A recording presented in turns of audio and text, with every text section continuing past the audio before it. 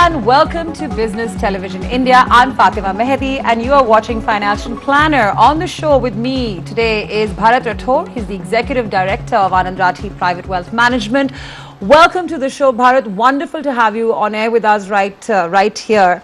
I just wanted to get a general sense from you as to where we are when it comes to SIPs and how they really are a process in itself when it comes to gaining more wealth and saving, investing and prospering. Well, what do you have to say about that? Hi Fatima. So, to start with, if as an individual you have a certain set of financial goals that you would like to achieve but do not have enough money to invest, then one of the best routes that one can take for investing is by way of systematic investment plans.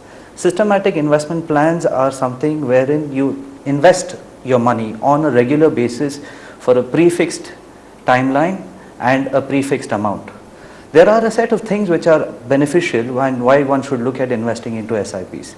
The first one, it's pocket friendly. You can start a systematic investment plan for something as low as 500 rupees a month. And therefore, it does not matter how much you earn. You can choose the SIP route to investing into mutual funds in the Indian equity markets. The second thing is there is no need to time the market. What happens with SIPs is that it helps you invest on a regular basis and ensures that your investment goes through the various market cycles. In the process, what happens is it reduces the amount of volatility. The third benefit which is there is it helps you in achieving your financial goals.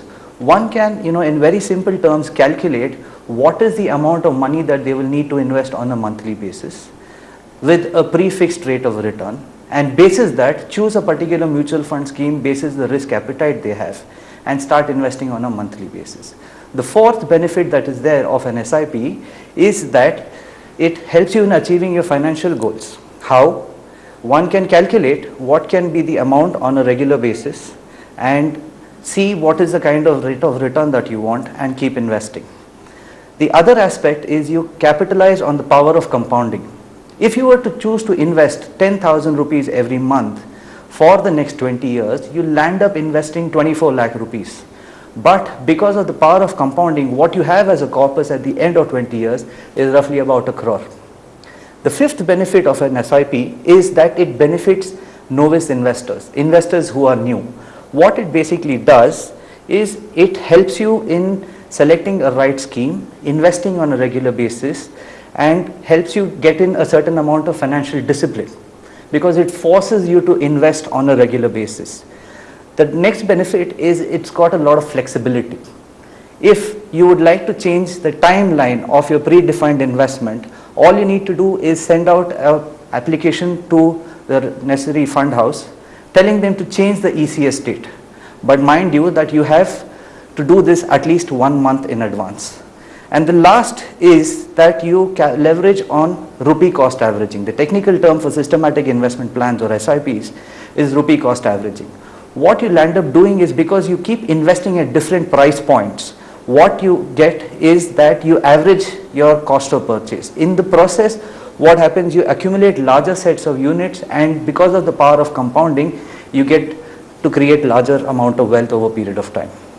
These, to my mind, are some of the reasons why one should look at investing by way of SIPs. Sure. Bharat, just a little bit more from your point of view in terms of trends you've seen with the kind of investors. I mean, you've listed out very nicely the reasons why SIPs make so much fun and so much sense in a sense. Whether it's the power of compounding, whether it's financial discipline, I understand what you're seeing. But what are some of the sort of more important trends you've seen when it comes to awareness about SIPs?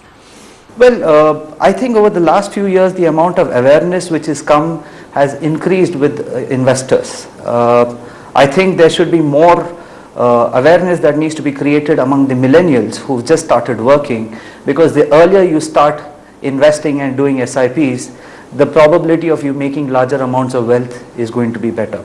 So yeah, SIPs is something which is catching up really well in the country today. Sure. And Bharat, a little bit more in terms of what we mean by financial discipline. What is it that you're sort of talking about here? And I'm sure you've seen different sort of factors also playing out in terms of what financial discipline means. So tell us a little bit more about that. So financial discipline is nothing but discipline when it comes to diet. It's something as simple as that. Many a times what happens is we earn money on a regular basis, but we tend to spend also. And sometimes we tend to spend, thanks to credit cards, we'll end up spending much more than what we earn. And therefore, what SIPs or financial discipline does is forces you to keep saving a portion of your monthly income on a regular basis, and add compounding to it. There's a large amount of money that can be made.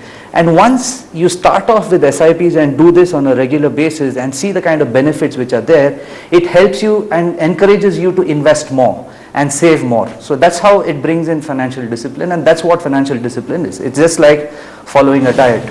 All right, thank you for this conversation. That, of course, was Bharat Rathore, who's the Executive Director of Anand Rathi Private Wealth Management, really giving us a sense as to why it's important to be looking at SIPs and the sort of important factors one should know about SIPs, as well as their significance in terms of wealth management. Thank you for that right here. And that's it for now on Financial Planner.